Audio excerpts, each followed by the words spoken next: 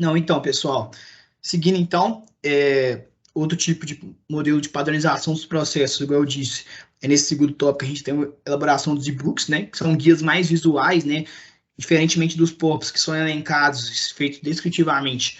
Eles são feitos junto com imagens, de formas muito mais interativas, vamos dizer assim.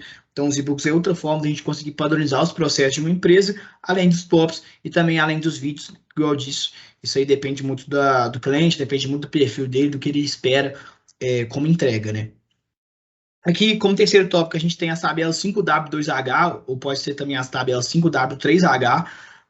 São tabelas que a gente consegue desmitificar assim, o processo de acordo com algumas classificações e com algumas variáveis. Então, a gente vai lá falar quem vai realizar aquele processo, quando esse processo vai ser realizado, por que esse processo vai ser realizado, a periodicidade que esse processo vai ser realizado, quanto aquele processo vai custar.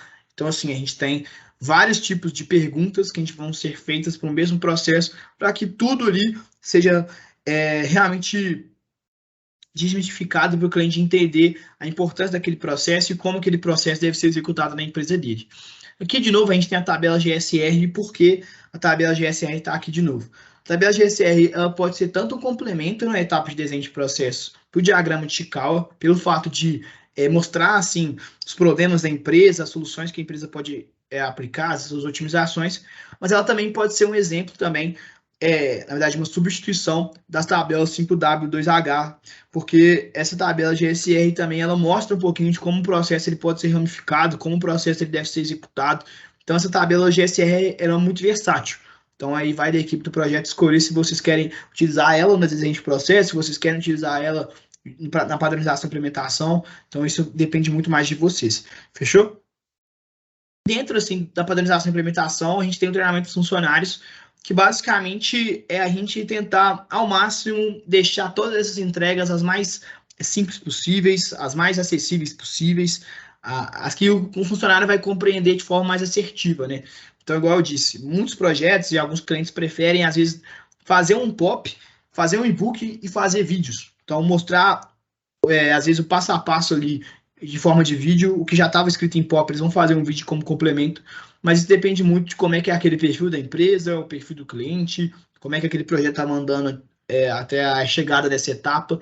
Então, assim, essa parte de treinamento dos funcionários é justamente a partir dessas 3 entregas, tentar deixar, ou 2 entregas, né, depende do que o projeto vai escolher entregar mesmo, mas independentemente disso, deixar essas entregas as mais acessíveis possíveis e as mais compreensíveis possíveis. Porque isso aí vai fazer com que o funcionário entenda o que ele vai ter que executar de forma mais tranquila e não tenha muitas dúvidas e não tenha muitos problemas na hora que for exercer realmente isso. Fechou? Então a gente tem aqui um exemplo de um POP, né?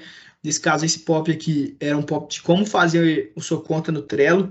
Era uma coisa que nosso projeto tinha esse objetivo de, às vezes, deixar a empresa mais organizada. Então, um exemplo do POP é isso. Então, passo a passo. Passo 3 era clique em criar um quadro para sua equipe, aí mostrava exatamente com a setinha aqui onde é que o funcionário tinha que entrar. Aqui depois tinha o passo 4, passo 5 e assim por diante. Era feito um POP.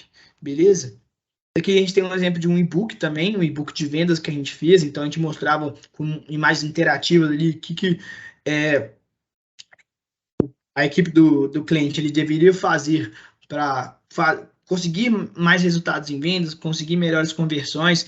Então, esse e-book que a gente fez, acho que ele tinha mais ou menos 20, 25 páginas, só com algumas imagens, para o cliente realmente entender de forma mais perceptível mesmo o que ele deveria fazer. Então, o e-book, às vezes, ele tem essa tratativa mais visual, então é importante ter essas imagens mais interativas. Aqui um exemplo da tabela 5W3H, que então mostra aqui um exemplo de um processo que é o cancelamento de planos. E aqui, o que seria esse processo? Por que de realizar esse processo? Como realizar esse processo? Quem vai realizar esse processo? Quando? Onde? Qual frequência e quanto? Nesse caso aqui, essa é de 5W3H. Às vezes ela vai ser 5W2H porque os projetos não vão utilizar dessa tabela quanto aqui. Ela vai terminar nessa parte qual frequência.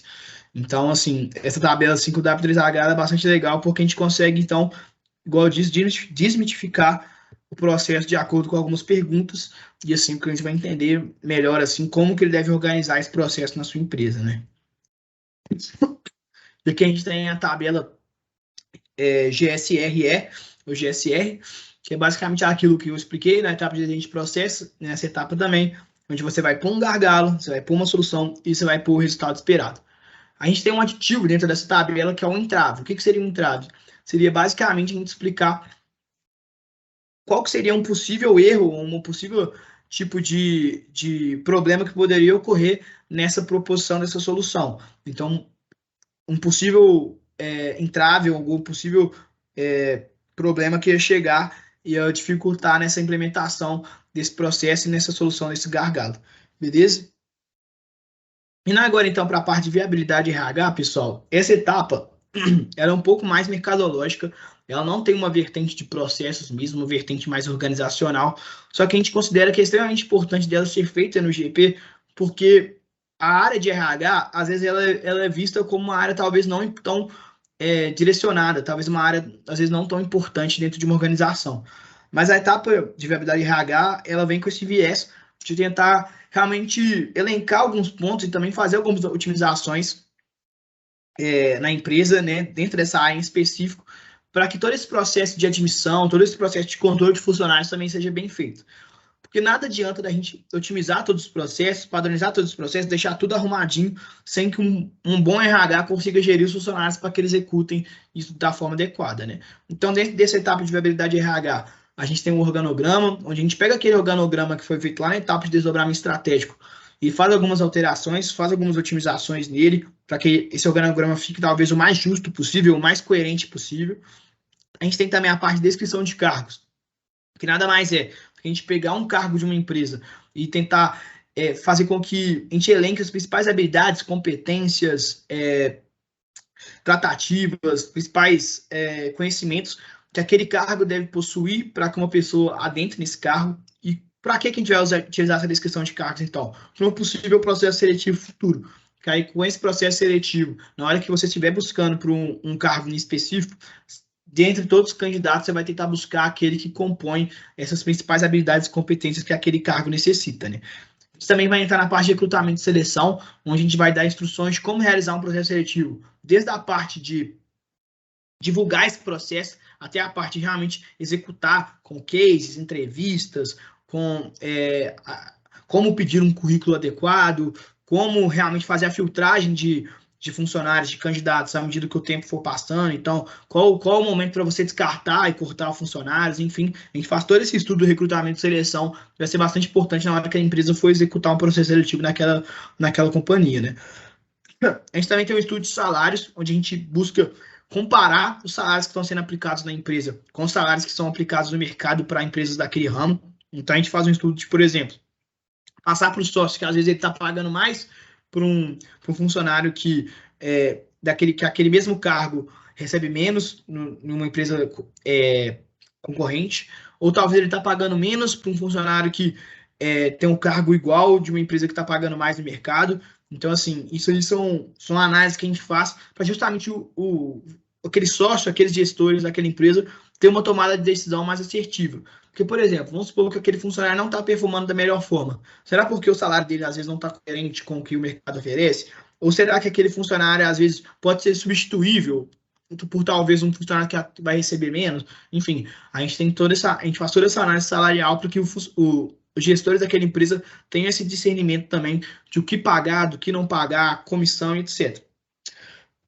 A gente também tem a parte de bonificação, que é basicamente a gente entender como é que vai funcionar a remuneração variável daqueles funcionários. Então, entender quais tipos de remuneração variável aquela empresa ela tem que pagar. Então, por exemplo, a gente tem dentro de uma CLT normal, auxílio doença, auxílio transporte, mas a gente às vezes tem aspectos específicos para, às vezes, mulheres que vão ser gestantes, enfim, a gente faz uma análise, toda essa parte de bonificação, de remuneração variável, do que deve se pagar, do que não deve se pagar, para que o cliente fique ciente na hora em que, às vezes, um funcionário pedir algum auxílio que talvez não deva pagar, às vezes exigir algum auxílio que tem que pagar, então tem que ficar ciente sobre isso.